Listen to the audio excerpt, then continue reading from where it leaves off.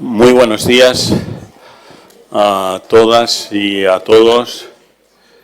y bienvenidos y bienvenidas a esta sala que conocemos con el nombre de Riancho Bringas, que son los arquitectos que en su día construyeron este Palacio de la Magdalena. Y bienvenidos, por lo tanto es una sala muy emblemática, muy especial y una de las de mayor capacidad, por no decir dentro del palacio la de mayor capacidad, lo cual también es sintomático del interés y de la enorme expectación e importancia de este encuentro. Y bienvenidos para aquellos que sean la primera vez pues a la UIM y en lo que es su sede para la celebración de los cursos de verano en los que se enmarca esta conferencia sobre la economía española, ¿no? Yo voy a ser brevísimo porque la palabra pues la tiene fundamentalmente el gobernador. Lo único que quiero es agradecer al gobernador personalmente su confianza, su disposición, su colaboración con la Universidad Internacional Menéndez Pelayo, que hacemos fundamentalmente a través, y con esto ya me dirijo aquí a mi izquierda, a través del CEMFI, ¿no? El Centro de Estudios Monetarios y Financieros, que es una fundación, como todos ustedes saben, del Banco de España y con quien tenemos ya una larga colaboración de la cual nos sentimos extraordinariamente orgullosos y que además pues va a más, valga la redundancia, ¿no? Que además va a más y queremos que vaya más. Y precisamente pues la celebración de esta conferencia, que por tercer año consecutivo se celebra aquí, de los 4 años que yo creo que tiene de existencia, pues 3 de ellos, ¿no? Se han celebrado aquí, este es el tercer año y esperamos y confiamos en que la experiencia sea satisfactoria y por lo tanto se consolide en el tiempo, igual que se han consolidado grandes encuentros aquí en la UIM que llevan ya muchos años de existencia.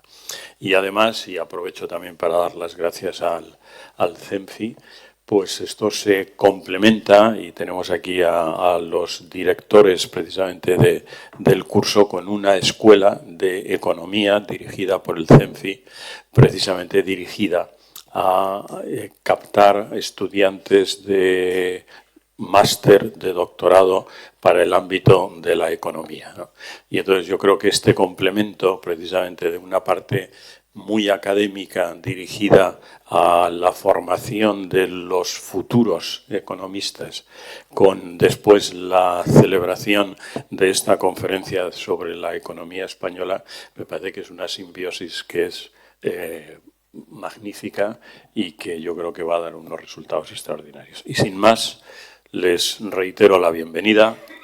y doy la palabra al director del CEMFI, don Necip Gunner, ¿no? Adelante, Muchas gracias, Carlos. Buenas tardes a todos. Es un gran placer estar aquí para daros la bienvenida a la conferencia sobre la economía española 2025, organizada por el Banco de España, CEMFI y VIMP.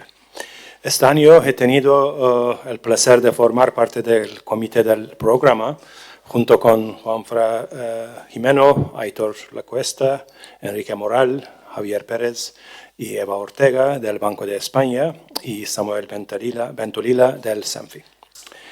Contar con una conferencia académica de alto nivel dedicado a la economía española representa una gran oportunidad para investigadores, pero también para responsables de política económica. Nuestra aspiración es que este evento se consolide como un referente clave en el debate sobre los temas más relevantes de la economía española. La conferencia es también un excelente ejemplo de las crecientes sinergias en investigación entre el Banco de España y el CEMFI. Asimismo, ilustra muy bien el potencial de colaboración entre estas tres instituciones. VIMP es nuestro socio académico con quien el CENFI ofrece sus principales programas docentes y tenemos nuevos programas de formación en marcha. También, como Carlos comentó, durante los 3 primeros días de esta semana hemos celebrado la segunda edición de la Escuela de Verano CENFI VIMP, codirigida por Samuel Venturilla y Pedro Mira. En consonancia con la temática de la conferencia, esta edición de la escuela se centró en la migración. Y tuvimos la suerte de contar con Joan Monras como uno de los profesores. A juzgar por los comentarios que recibimos de los alumnos asistentes, la escuela fue un gran éxito. Os doy la bienvenida de nuevo, con gran entusiasmo por participar en este evento tan interesante. Muchas gracias.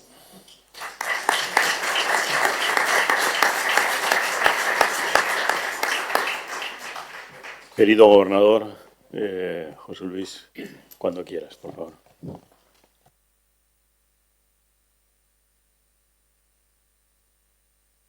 Vale. Pues es un placer estar una vez más aquí en la Universidad Menéndez Pelayo. Llevo ya muchos años viniendo en distintas capacidades y este es el primer año en que lo estoy en mi calidad de gobernador del Banco de España y además pues inaugurando un curso que organizamos nosotros mismos con el CENFI. Y bueno, lo primero que tengo que decir es que después de oír hablar a Nessi tan bien en castellano, creo que el próximo consejo del CENFI lo vamos a tener que hacer en castellano, en inglés, porque ya estás a un nivel, ya vamos a poner un reto porque, adicional, ¿no? Porque esto no lo había visto yo. Entonces, muy bien. De hecho, bueno, ya que estamos hablando del CENFI, pues que hagamos un evento conjunto y que pues a mí la verdad es que me satisface mucho y además la Universidad Menéndez Pelayo también tiene mucho que ver con el CENFI, es decir, que estamos aquí 3 instituciones que trabajamos coordinadamente y es nuestra intención, y a ver si podemos dar noticias pronto, de reforzar más el CENFI. El Centro de Estudios Monetarios y Financieros tiene todavía capacidad para ir más allá de donde está yendo y en eso estamos trabajando, ¿verdad?, para que sea una institución pues, que ya es excelente, pero además pues, alcance niveles más altos en algunos ámbitos. Tengo que agradecer, aunque no está involucrado, la elección de los 2 temas. Yo creo que son 2 temas muy sustantivos, muy importantes, muy relevantes, muy de actualidad y por lo tanto o sea, el comité que ha diseñado este programa y después ha elegido los ponentes, pues también mi agradecimiento por el buen trabajo realizado. Y bueno, ya estos elementos preliminares voy a empezar a comentar. Voy a hablar de los 2 temas que son motivos, digamos, los 2 elementos elegidos y los voy a contextualizar en el entorno en el que nos desenvolvemos en la economía española, que es un entorno internacional. Estoy utilizando una presentación de apoyo extraordinariamente compleja. Este índice, hay varios que pone de manifiesto hasta qué punto estamos en un entorno donde la acumulación de tensiones geopolíticas está muy por encima de lo que hemos visto en muchas décadas. El gráfico ilustra por sí mismo la situación en la que estamos instalados desde el punto de vista geopolítico, pero además esto se refleja en unos niveles de incertidumbre sobre las políticas económicas extraordinariamente elevados. También estamos en máximos aquí ya casi históricos en este índice, uno de los índices de Policy Uncertainty que estamos utilizando. Si descompusiéramos ese índice en distintos componentes de política económica para Estados Unidos, veríamos que además estamos en todas las dimensiones de ese índice, son 4 o 5, también en máximos. Es decir, de hecho, cuando nos reunimos en el Consejo de Gobierno del Banco Central Europeo, yo creo que uno de los ejercicios que hacemos de redacción del statement de política monetaria, uno de los ejercicios consiste en encontrar nuevos adjetivos con los que calificar el entorno tan incierto en que estamos. Elevadísima incertidumbre, incertidumbre sin precedentes, incertidumbre X. Es decir, porque es así, porque los elementos a los que nos enfrentamos y sobre todo el potencial tan disruptivo, inesperado, impredictibilidad en el que nos desenvolvemos sobre algunas políticas hacen del contexto de política económica en el que estamos instalados particularmente complejo y difícil. Alguien podría decirnos, bueno, pues más incertidumbre que durante el COVID, imposible, ¿no? Y de alguna forma es así, pero del COVID, digamos, cuando uno miraba hacia adelante los posibles escenarios o los impactos sobre la economía eran bastante unidireccionales. Teníamos un potencial que si no hubiéramos intervenido con políticas de demanda masivas en el mundo y en España, un potencial, digamos, depresivo extraordinario, un impacto, un shock de oferta enormemente negativo, con un potencial de caída de precios, de hecho, enorme, y de caída de actividad. Se produjo en parte, pero se mitigó muchísimo por las políticas, pero era claramente la dirección de era incierto en términos de impacto, tamaño, respuesta, horizonte temporal, pero no en la dirección de lo que estábamos teniendo que contraponer. Ahora es mucho más complejo. Ahora tenemos una situación en la cual, dependiendo de cómo se decanten determinadas políticas, dependiendo de cómo responden determinados agentes, dependiendo de muchas cosas, los efectos sobre la economía global y singularmente sobre los precios es muy incierto. Y esto desde el punto de vista, por ejemplo, de la política monetaria, pues genera dificultades adicionales. Lo que ha generado además esta situación desde la llegada de la nueva administración de Estados Unidos es mucha volatilidad en los mercados. Hemos tenido movimientos de precios muy intensos, pero la verdad es que cuando miramos con un poco de perspectiva, a pesar de toda esta volatilidad, las subidas y bajadas han hecho que la corrección en niveles sea relativamente pequeña. De hecho, eso es lo que ilustra este gráfico, mirando el tipo efectivo nominal del dólar, donde sí hemos tenido una caída quizá mayor comparando la situación que se ha producido es en el petróleo, pero por ejemplo se han corregido ciertos elementos que afectaron sensiblemente la rentabilidad de los bonos, del precio de los bonos en Estados Unidos, o el diferencial Estados Unidos,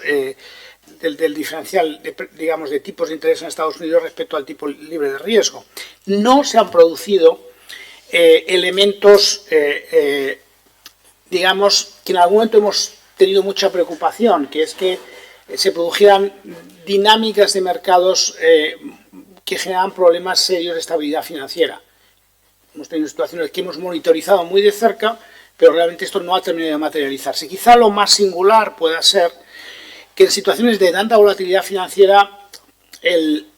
dólar se ha depreciado cuando es inhabitual. En situaciones de volatilidad el dólar es una moneda refugio, tiende a apreciarse y en este caso frente a muchas monedas el dólar se ha depreciado. Y que pone de manifiesto que en este contexto los elementos que tienen que ver con la confianza que genera la economía de Estados Unidos a medio plazo no sean precisamente muy altos, y eso hace que esa potencial pérdida de confianza genere un movimiento del tipo de cambio que, digamos, no era esperado y que hay que interiorizar también en las decisiones de política. Este es el entorno en que nos movemos. Desde el punto de vista de la economía española, pues un esfuerzo que tenemos que hacer, y que a mí, por ejemplo, me lleva tiempo en los pasillos de las reuniones internacionales, es explicar por qué estamos en diferenciales de crecimiento máximos con respecto a la Unión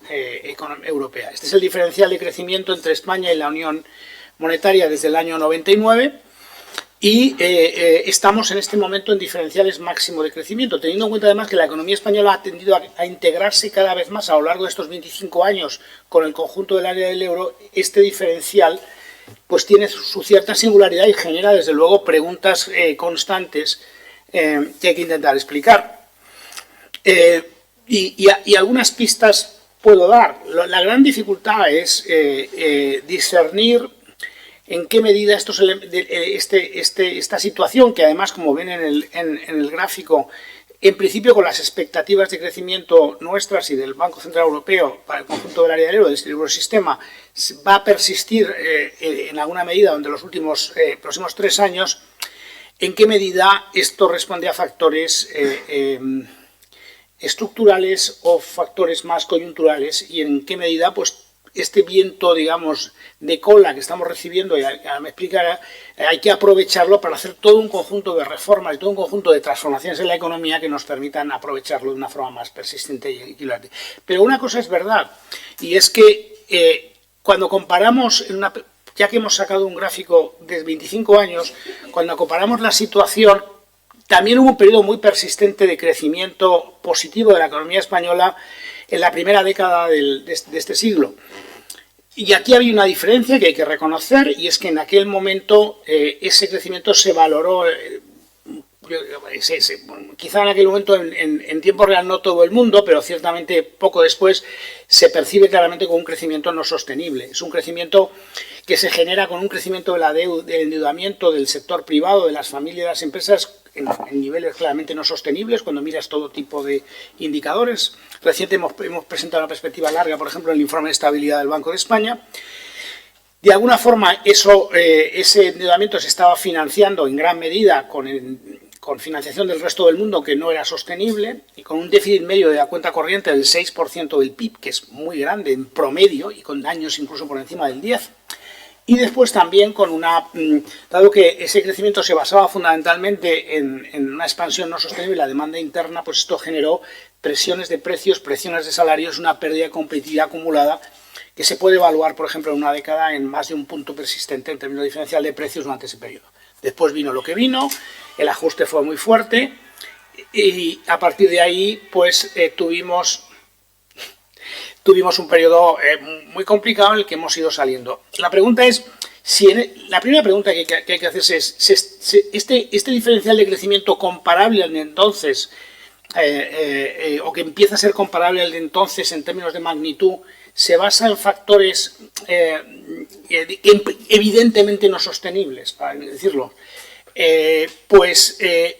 Si miramos el diferencial de inflación, por ejemplo, como un indicador de presiones de demanda diferenciales y de comportamiento del mercado de trabajo que genere problemas de competitividad a medio plazo, pues no es así. De hecho, el comportamiento de las exportaciones españolas durante todo este periodo incluso es claramente mejor que el de nuestros competidores en términos de cuota de mercado, etcétera. Y por tanto, la diferencia entre entonces y ahora es de 1,5 puntos aproximadamente en términos diferenciales de precio en un sentido y otro.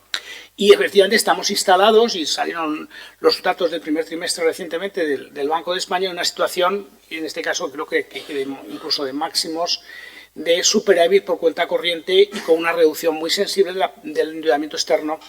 y de la mejora de la posición financiera internacional. Por lo tanto, desde ese punto de vista, por ver otros elementos, aquellos elementos que se identificaron, ya sea por algunos ex ante y por otros ex post, como claves de la no sostenibilidad de ese crecimiento, en este caso en primera instancia no están materializándose, y volveré sobre ello más adelante. ¿Dónde estamos en términos puramente coyunturales? Pues estamos en un proceso en el cual la economía se está desacelerando, crecimientos todavía elevados en el primer semestre,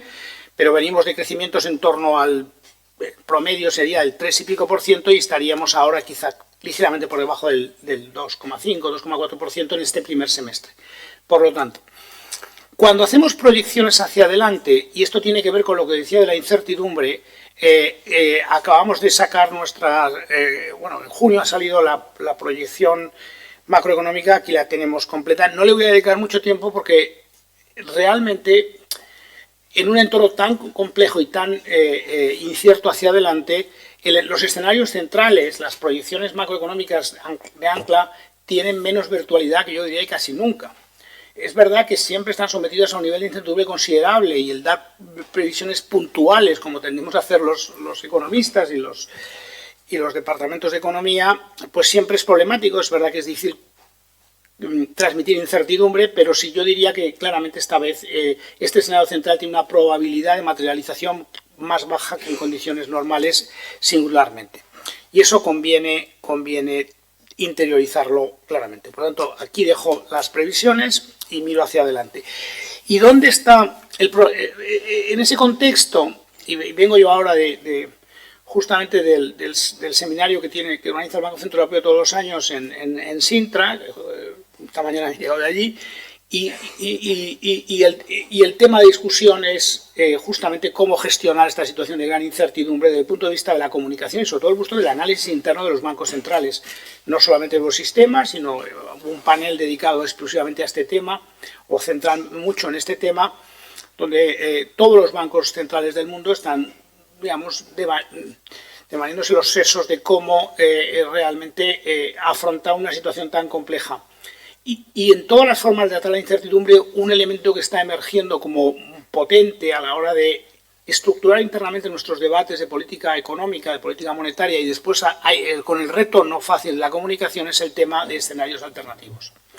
Escenarios que, de alguna forma, ante una distribución de probabilidad que se extiende bastante en torno al escenario central, con riesgos en las dos direcciones, en este caso, pueda realmente acotar. La verdad es que el problema que tenemos es que el impacto arancelario,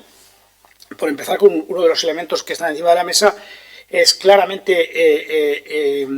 tiene impactos claramente negativos sobre la actividad económica, sobre el PIB de las economías, pero sobre la inflación, dependiendo del grado digamos, de represalias en Estados Unidos, es evidente que el impacto es inflacionista y así lo está interiorizando claramente la autoridad, la FED. En otras economías va a depender mucho de cómo respondan los países ante esta subida arancelaria de Estados Unidos. Es un dato todavía de bastante incertidumbre. Por lo tanto, el impacto arancelario es incierto. Pero es que hay efectos adicionales que a veces no tenemos suficientemente en cuenta, que no son de toda la nueva negociación que se está abriendo bilateral de Estados Unidos con distintas áreas del mundo, que son políticas genuinamente no arancelarias, que tienen efectos sobre las desviaciones de comercio, sobre las cadenas de valor. Basta leer,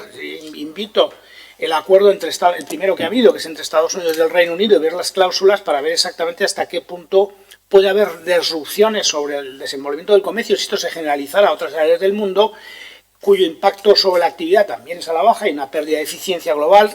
pero al mismo tiempo el impacto inflacionista es también bastante claro. Pero después tenemos una situación que acompaña a esta situación de gran incertidumbre y potenciales turbulencias financieras y de inquietud que genera un canal de confianza sobre la demanda agregada que es negativo sobre el PIB, pero también lo sería para la inflación porque sería un shock de demanda. Y finalmente tenemos ahora las escaladas bélicas que se están produciendo y, por ejemplo, del Reino Unido, la del Oriente Medio, que realmente tiene un impacto sobre la actividad de nuevo negativo,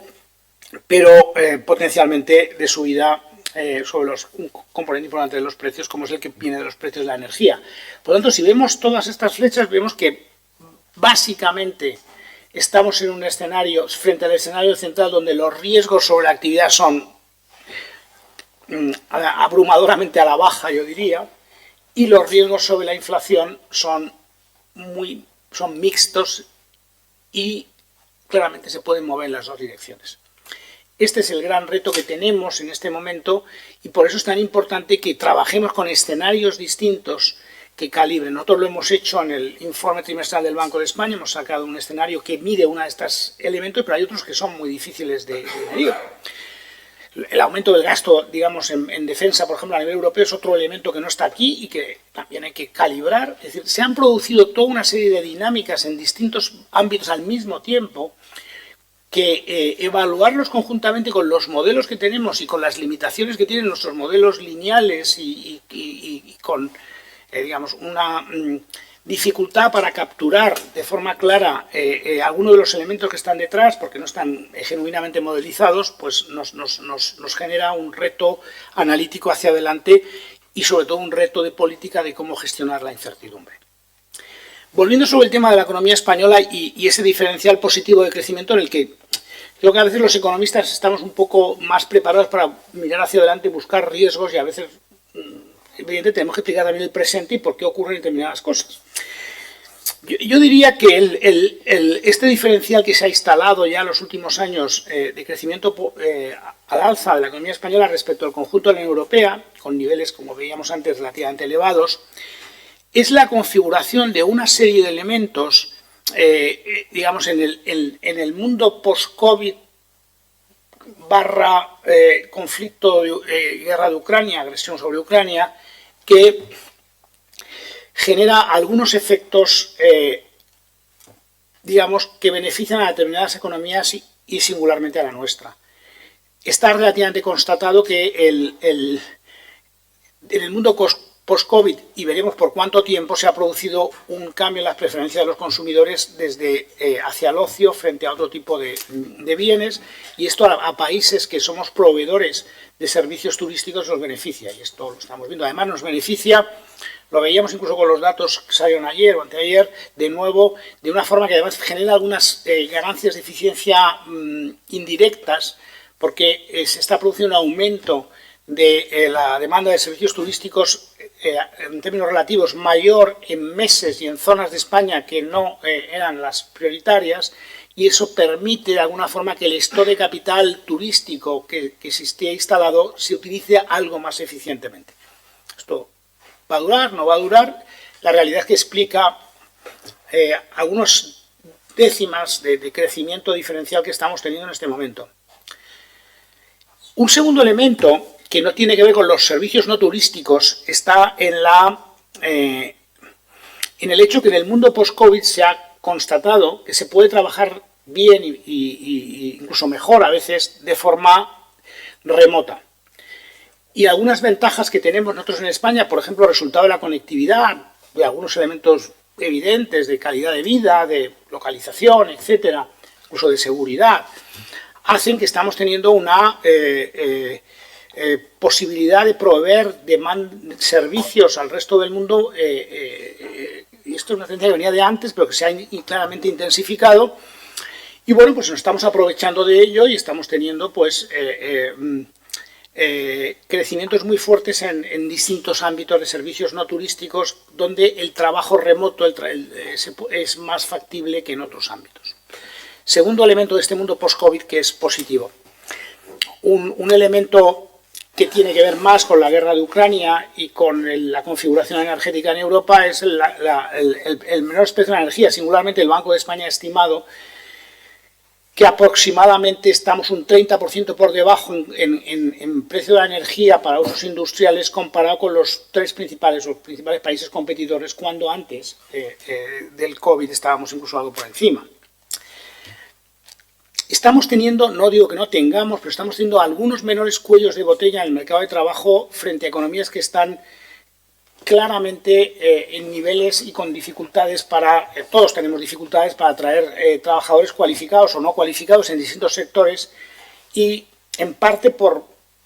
el flujo migratorio tan fuerte que estamos teniendo. Nosotros estamos teniendo, digamos, en términos relativos, entiéndaseme bien, algunos cuellos de botella menores que en este mundo post-COVID, en el que también, digamos, a nivel, digamos, de preferencias sociales en Europa y en el mundo, pues estamos viendo una cierta inclinación a ser menos favorables a este tipo de flujos. Y algo que es difícil de explicar, pero después de la situación geopolítica europea, en términos de localización industrial, yo diría, o cuando hay que tomar decisiones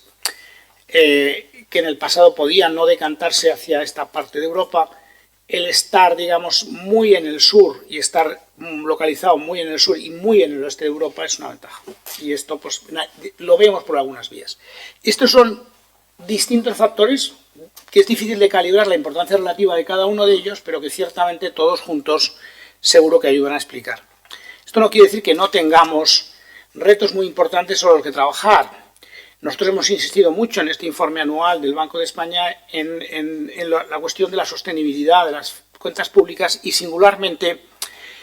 hemos puesto el énfasis en que desde una perspectiva de medio y largo plazo hay que, y eso tiene que ver un poco con algunos elementos que diré más adelante, conviene que la nueva dimensión de medio y largo plazo que tiene el marco de las reglas fiscales europeas, con el nuevo indicador, con el nuevo objetivo y el plan a medio plazo que hay que hacer, se aproveche de una forma más clara de lo que se ha hecho para poder generar, digamos, una política presupuestaria y unas políticas públicas subyacentes que realmente pongan el horizonte en las ganancias de eficiencia a medio plazo, en las qué políticas públicas o qué gasto público, qué inversiones públicas van a tener realmente. Hemos pedido 3 años más, pero si nos preguntamos por qué vamos a tener 3 años más para un periodo de ajuste, cuáles son exactamente las inversiones que van a permitir esa expansión del crecimiento potencial que justifica esos 3 años más para reconducir la senda de deuda, nos cuesta realmente identificarlas y tener una evaluación correcta de ellas. Este es un tema que hemos puesto de manifiesto nosotros como un gran reto. El tema de la vivienda, el informe anual del Banco de España lo puso de manifiesto el año pasado, lo pone de manifiesto este año, actualizando algunos elementos. Es un problema que, más allá de las consideraciones sociales evidentes que tiene, puede ser un cuello de botella en el funcionamiento del mercado de trabajo y claramente en el funcionamiento de determinadas zonas de España desde el punto de vista económico también, no solamente social y de equidad. El mismatch, el desajuste en el mercado de trabajo sigue siendo un problema evidente que se manifiesta con las cifras. Las políticas activas de empleo, ¿no? Esto es un tema que tiene que ver con calidad de políticas públicas y tal, tienen mucho margen de mejora y de funcionar con una perspectiva de mercado laboral único en España. Y sabemos el reto que tenemos en términos de crecimiento de la productividad, y ahí nosotros en el informe último del banco hemos trabajado en la medición precisa con una nueva aproximación a la productividad total de los factores, y por lo tanto todo lo que sea seguir evaluando, identificando qué factores, y nos llevaría tiempo, es decir, entrar en ellos, muchos de ellos el diagnóstico es conocido, para que esa convergencia de productividad con los países más avanzados de Europa se materialice, sigue siendo el gran reto de medio plazo en nuestra economía. Pero voy a centrarme en los temas que son motivo de esta conferencia. El primero es la cuestión de la migración.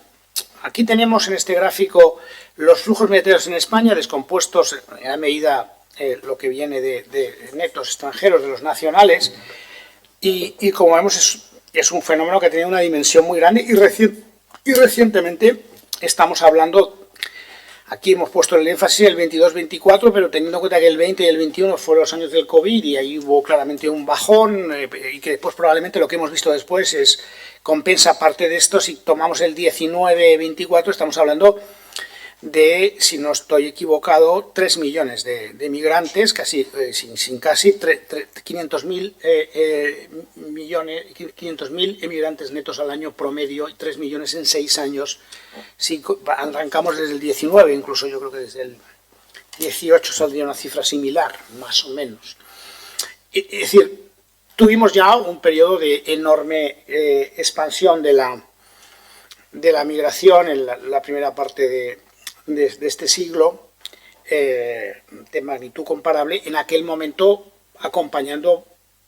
un crecimiento de la economía que, como hemos visto antes, no era sostenible, sobre todo en el ámbito de la construcción y en otros ámbitos y en otras economías vinculadas. Es verdad que después se produce una paralización de corrección, pero esos niveles se consolidaron en gran medida, se quedaron en términos netos, se quedaron en España, generaron una gran tasa de paro que ha habido que absorber durante muchos años, unos cuantos años. Yo quería, cuando vemos esa proyección y cuando ahora volveremos sobre el tema de los flujos migratorios, lo que el banco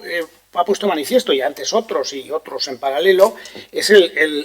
la naturaleza fundamentalmente endógena que tienen los flujos migratorios. Y esto durante mucho tiempo no se ha interiorizado bien en el análisis económico. Si miráramos los análisis que se hacían en España en los 90, por ejemplo, de sostenibilidad de las pensiones, veríamos que tomábamos las proyecciones de población completamente como un factor exógeno basado en una proyección simple de simplemente lo que hacían los demógrafos era proyectar, cuando estás en una situación sin apenas migración, con muy poco dinamismo del mercado de trabajo y de actividad económica, lo que proyectas es nada.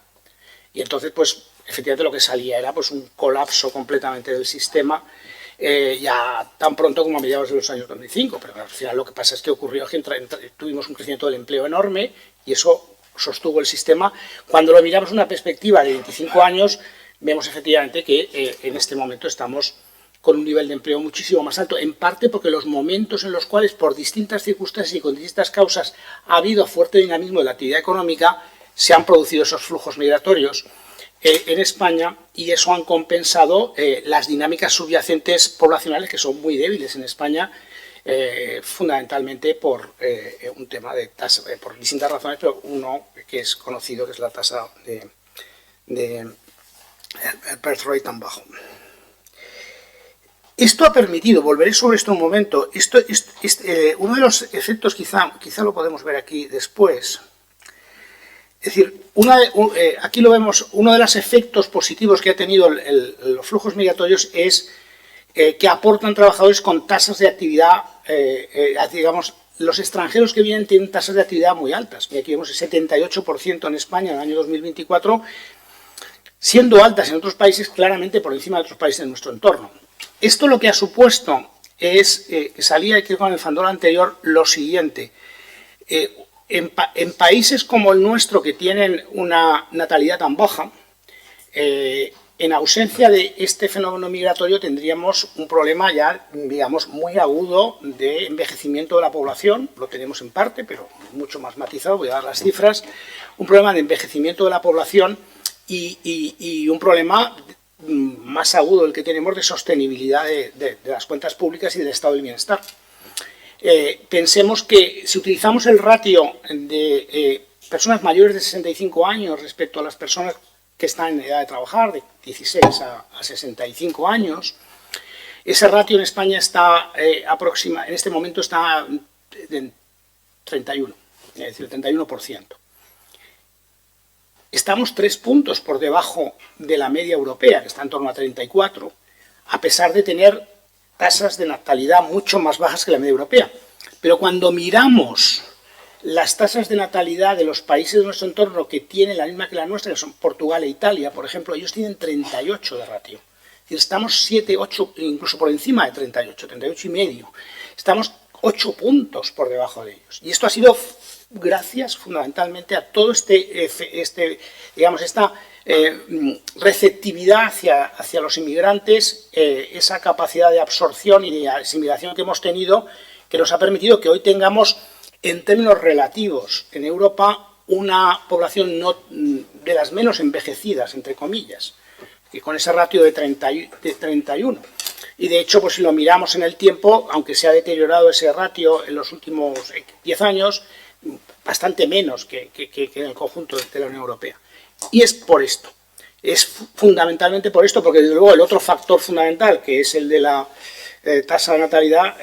ha ido crecientemente en dirección contraria. Seamos conscientes hasta qué punto este factor está siendo tan importante en este elemento que es central cuando uno mira. Pero cuando hablamos de sostenibilidad de las cuentas públicas, ahora me preguntaban a la entrada por un estudio donde la proyección, la evaluación estaba en el año 2065. Pues yo creo que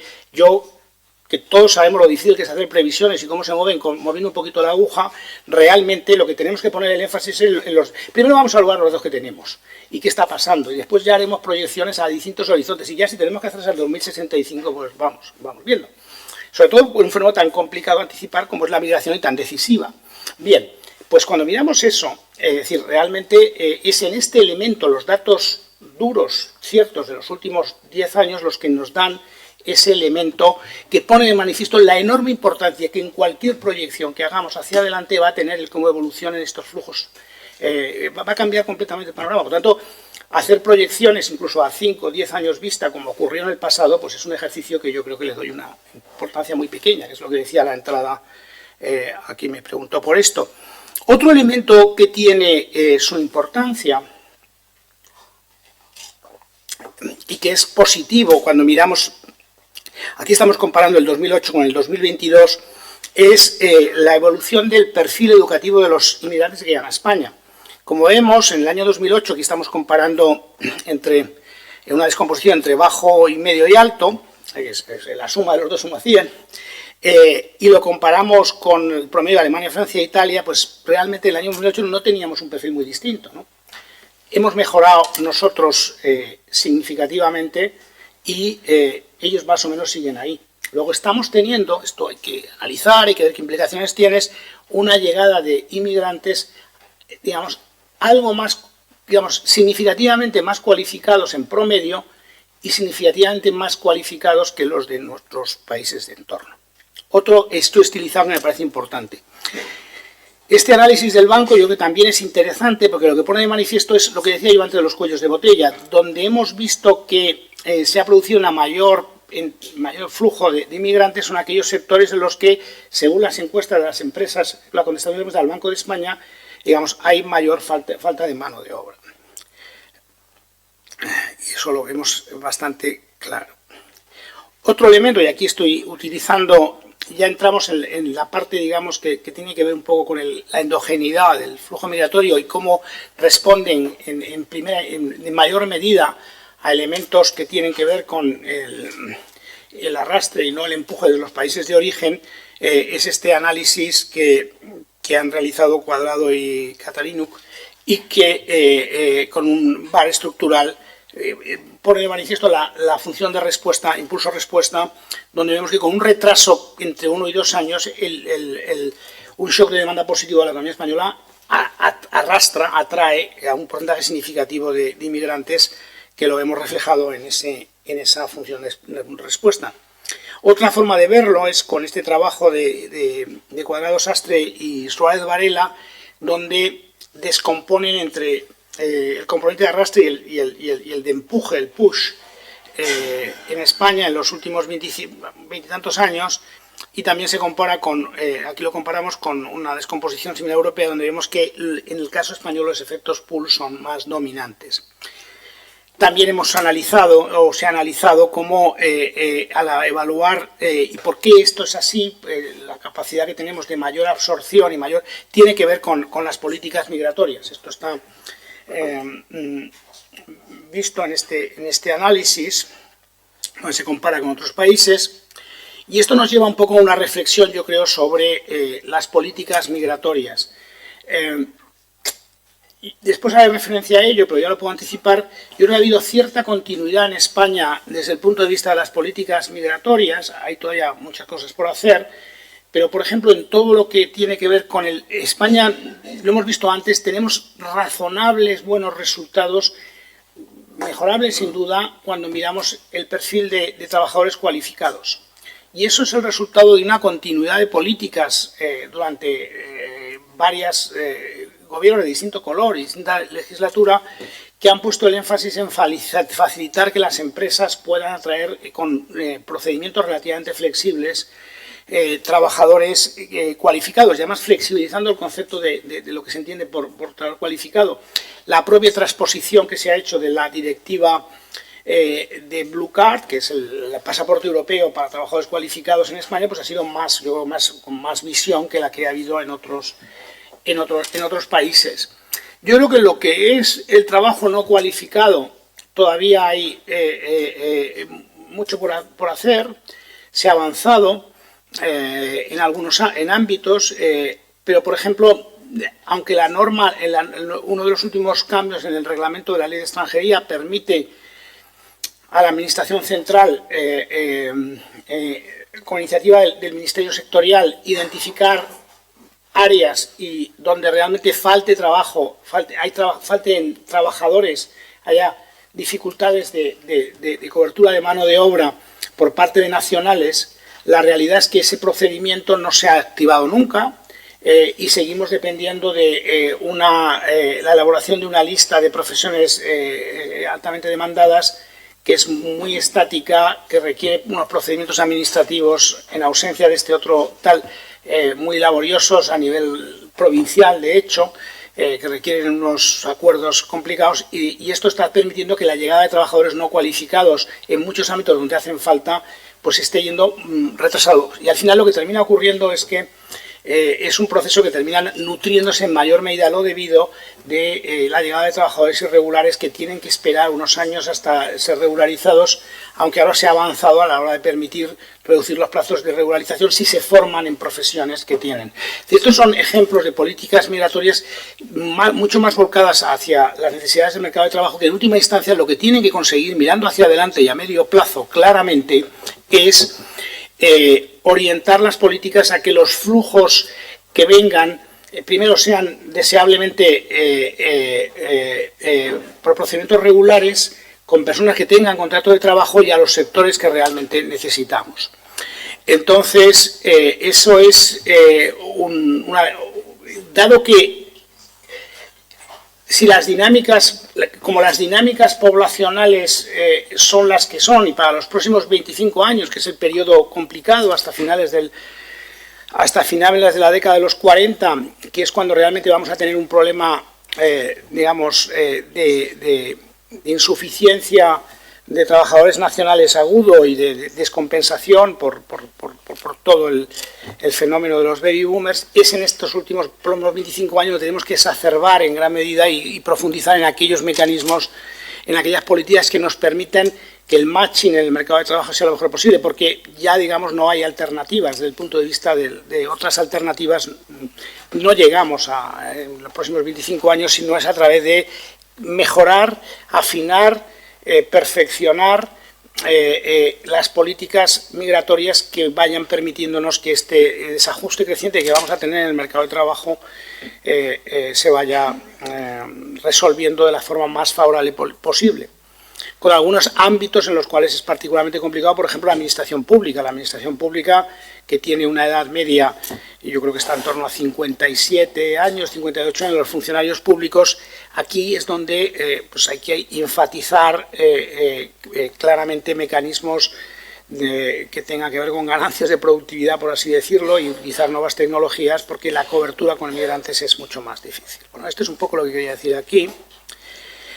Y voy a pasar un poco a la política industrial, que es el segundo tema. Yo creo que realmente nosotros tenemos un paradigma en el que hemos estado instalados y un marco analítico de referencia donde las políticas industriales, en la medida que se entendía como políticas dirigistas o políticas, digamos, que llevaban a una intervención pública, la palabra política, que tiene toda una política pública, pues se entendía que era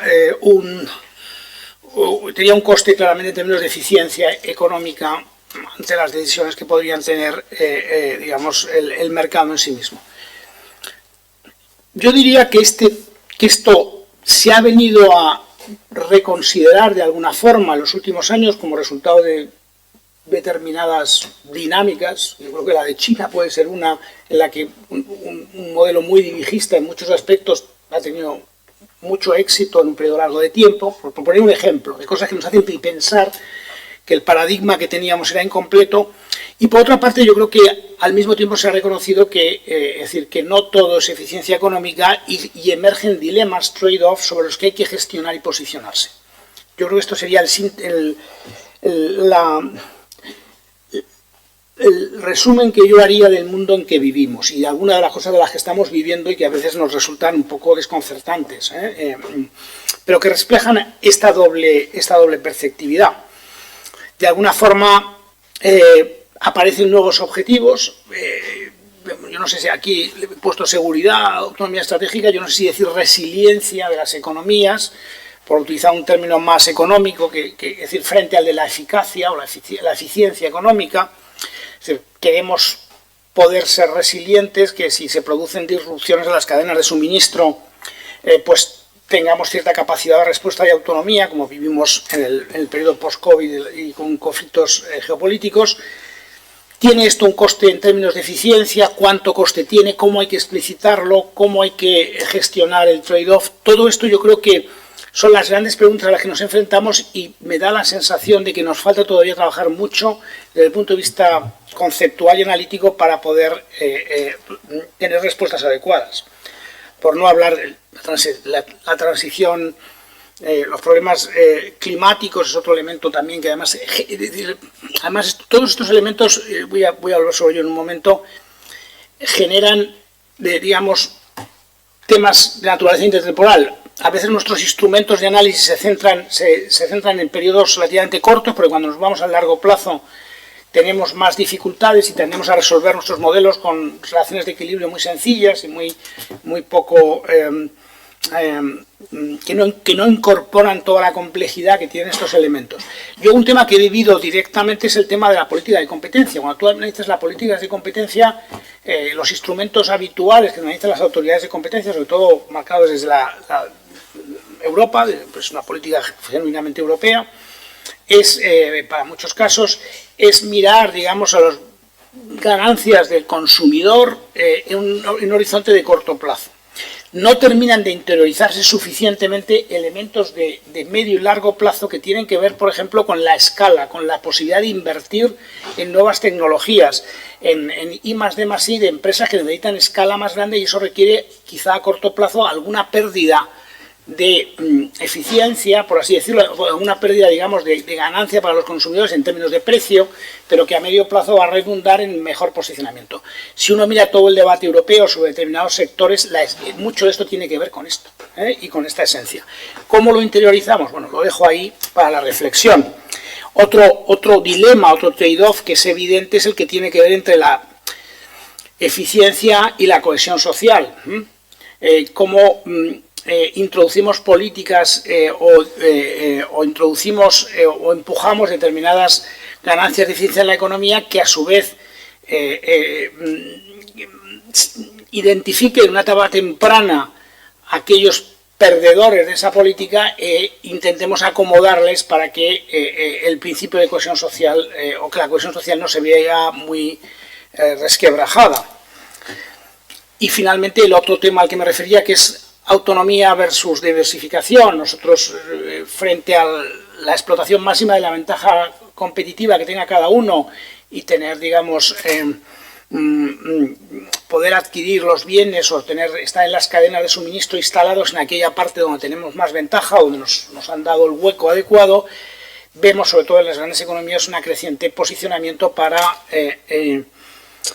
tener elementos de autonomía estratégica, de independencia económica, que tienen algunos costes de eficiencia que hay que explicitar, interiorizar, discutir, y que no sea simplemente una reflexión verbal o poco analítica. Yo creo que estos tres ámbitos son claramente importantes. ¿Cómo mitigar esto y resolver esto? Pues como muchas otras cosas, mejorando la calidad de las políticas públicas y mejorando la calidad en la que hacemos las políticas. Cuando uno mira las políticas, y no solamente las españolas, pero si nos centramos en España, la evaluación ex ante de las políticas es muy baja. Es decir, muy baja. Los informes preceptivos que se hacen en todas las administraciones públicas para ver los efectos, los impactos esperados de las políticas, tienen una calidad baja. Y hay muchos elementos de esos informes que se rellenan pro forma realmente. Por tanto, hay que introducir de una forma decisiva en las administraciones públicas una cultura de evaluación ex ante de las políticas muy rigurosa. Del mismo modo que existen abogados del Estado, que existen interventores en las administraciones públicas que son decisivos, tiene que haber también cuerpos y especialistas que no existen o que existen de una forma muy residual, que se aseguren que esas políticas se han evaluado exhaustivamente y de una forma precisa los efectos que esas políticas y cómo los objetivos que se pretenden y si los instrumentos que están encima de la mesa son los adecuados. Este es un ámbito en el cual, en la medida que todo esto se vaya configurando, podremos resolver alguno de los dilemas anteriores, o al menos podremos tener mayor capacidad de saber los costes y beneficios relativos que hay detrás de una política concreta. Pero es que esta evaluación ex ante tiene que ir acompañado con otra dimensión distinta, que es la evaluación ex post, que es una vez que una política está ya en marcha, tiene que ser constantemente evaluada para ver si como resultresultado ya de los impactos que está teniendo, se están cumpliendo los objetivos esperados, y si esos objetivos esperados, si hay desviaciones importantes, si hay efectos indeseados no anticipados, y cómo se deben mitigar o cómo hay que reformar la política. Es decir, la política tiene que ser políticas constantemente vivas y modificadas. Cuando estamos en una cultura donde cuando uno modifica una política y la reactividad, le critican porque, oye, sí, pues es que, como comprenderá, es decir, si veo que no está teniendo los efectos, es que no tenemos todos la varita mágica, por mucha evaluación ex ante que hagamos. No tenemos tampoco una cultura de evaluación ex post que metodológicamente tiene algunos elementos diferenciales de la evaluación ex ante. Yo creo que esta es la forma más adecuada, estos dos primeros momentos, de resolver alguno de los dilemas, o al menos mitigar sus efectos o tener una mejor perceptividad de los trade-offs subyacentes. Y la tercera es más transparencia, explicitar realmente que los distintos objetivos de las políticas, los distintos elementos involucrados, los costes y beneficios, y tener un informe, digamos, una discusión y un debate informado sobre estos efectos. Es decir, no intentar vender todas las políticas como maravillosas y unidireccionales, sino reconocer la complejidad de las dinámicas a las que está y los trade-offs. Esto, de nuevo, en el debate político y en el debate de las políticas públicas es complicado, pero hay que intentar mover a la opinión pública, a los medios de comunicación y en última instancia a los órganos democráticos de decisión a que este sea la forma habitual de funcionar, y estamos muy lejos de esto. Centrándonos en las políticas industriales, ¿dónde hay elementos que pueden ayudar a resolver estos dilemas? Uno, en la escala. Yo creo que hay evidencia suficiente ya para concluir que, al menos en determinados ámbitos, necesitamos aumentar el tamaño de las empresas para que puedan competir mejor internacionalmente, para que tengan mayor capacidad, por ejemplo, de dedicar recursos a la formación de los trabajadores. Es decir, con escalas muy pequeñas esto es muy difícil, y al final el aumento de la escala es importante, y esto tiene... No voy a entrar en las prescripciones que hay detrás, pero es un elemento claro. El segundo es el acceso a la financiación. Hay sectores donde, sobre todo sectores que están en etapas tempranas en los TRLs, que requieren capital riesgo, apuestas, etcétera, donde la financiación bancaria no tiene entrada por la propia configuración del marco regulatorio en que nos movemos, donde claramente necesitamos desarrollar mecanismos de capital riesgo mucho más potentes, mercados bueno, y una cultura de tomar de riesgo, y por lo tanto de también ser capaz de remunerarlo adecuadamente. Este es un segundo elemento. La coordinación público-privada. Aquí, por ejemplo, me sale a la cabeza que esto es muy importante, que ahora mismo, de nuevo, las políticas públicas tienen que cambiar. En el plan de recuperación y resiliencia en el mundo, en Europa, hay una parte muy importante que son de créditos, no son subvenciones, son créditos, y por lo tanto lo que hay detrás es que las administraciones públicas pueden entrar en los proyectos aportando minoritariamente capital. El capital tiene que ser mayoritario, pero las insuficiencias que puede haber de capital en un momento se pueden cubrir con capital público minoritario, pero eso requiere una forma distinta de funcionar por parte de las administraciones públicas, y sobre todo entender perfectamente, es decir, que la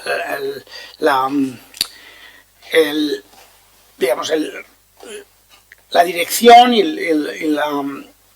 tiene que haber una preponderancia de decisiones privadas que hay que acompañar. Esta cultura no está bien establecida, pero en este momento hay capacidades, sobre todo en proyectos de muy largo plazo, proyectos que tienen un componente de I+D grande, donde requieren apoyo de capital público en etapas tempranas, todo lo que es la licitación pública para proyectos innovadores. Hay toda una serie de herramientas que no están bien, digamos que las administraciones públicas no están desarrollándolas como deberían en el mundo al que vamos, y el mundo industrial. Esto es muy importante. Y después, obviamente, entornos reguladores más estables, más predecibles, menos pesados, porque esto, y lo tenemos en el banco, por ejemplo, muy bien visto, en un país que además tienes 3 niveles de administración con competencias a veces que entran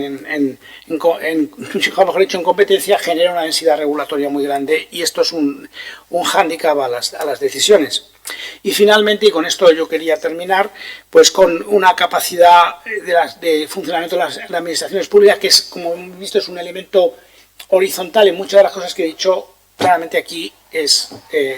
absolutamente crucial. De hecho, cuando tú tienes políticas además que son consistentes en el tiempo, aquí hay varios ejemplos en esta presentación, lo voy a hacer porque estoy muy mal de tiempo, realmente tú ves que continuidad de las políticas, calidad institucional, buen funcionamiento de las administraciones, evaluaciones continuas, todos estos elementos, agencias autónomas independientes que funcionen, está detrás. Cuando miramos este gráfico, que en el informe anual del Banco de España además hay una correlación explícita con un modelo, digamos, más causal, donde se relaciona la eficacia en el funcionamiento de las administraciones públicas, un índice, en este caso es el del Banco Mundial, el de la Universidad de Gotemburgo es similar, cuando lo relacionas con la probabilidad total de los factores, es un elemento explicativo muy grande y no debería sorprendernos, porque en una economía más del 40% del gasto es público, a eso añades toda la política regulatoria, administrativa, de decisiones, por lo tanto, el buen funcionamiento no es sorprendente que en los países nórdicos, en este gráfico, aquí lo que relacionas es el PIB per cápita y la eficacia de las administraciones públicas. Simplemente con esta correlación capturas más de 2/3 de la varianza, de la variabilidad que tiene esta variable. Después, cuando entras en ejercicio de causalidad, pues esto es todo complejo, pero la dirección dominante es claramente una. Y aquí pues vemos el enorme margen de recorrido que tiene España para ir moviéndonos hacia los países que tienen en este momento niveles de eficacia de las administraciones más altos y que en correlato debería llevarnos a mayores niveles de bienestar económico. Y yo creo que con esto voy a terminar, porque después tenía una reflexión aquí sobre la importancia que tiene en los regímenes democráticos justamente en las políticas de medio y largo plazo en determinados ámbitos, del mismo modo, y con esto termino, del mismo modo que en un momento determinado se decidió que las políticas monetarias debían trasladarse a a instituciones independientes, como son los bancos centrales, precisamente porque sus efectos son de medio y largo plazo, porque requiere separarlas completamente de los ciclos electorales que tienden a generar un sesgo a corto plazo, y ha habido históricamente una proclividad a utilizar las políticas monetarias cíclicamente y además, digamos, para financiar los déficits públicos. El prohibir la financiación de los déficits públicos y otorgar a una institución independiente, primero los bancos centrales nacionales y después todos juntos en el eurosistema, debería hacernos reflexionar en qué otros ámbitos es también deseable profundizar en delegar poderes muy específicos, muy concretos, con modelos muy definidos en agencias, en instituciones autónomas que hagan estas evaluaciones, que tomen estas decisiones. Ya las hay en distintos ámbitos, pero cuando uno mira los países nórdicos, que los hemos visto tan elevados ahí, si en algo se caracterizan es en utilizar las administraciones públicas y agencias autónomas independientes, donde se objetivice lo más posible las decisiones, porque cuando estamos hablando de decisiones que tienen que ver con la redistribución de la riqueza, con los impuestos, etc., estos evidentemente son decisiones que tienen que estar en el ámbito democrático de decisión, y esto yo creo que nadie lo confluye, pero saliendo de determinados ámbitos, hay muchos ámbitos en los cuales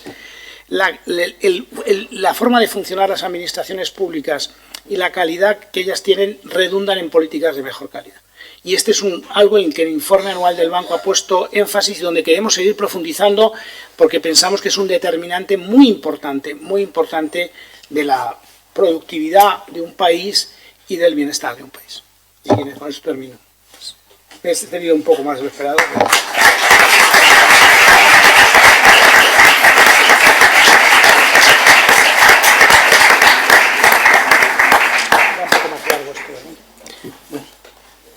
Muchas gracias. No se puede, llevan el tiempo.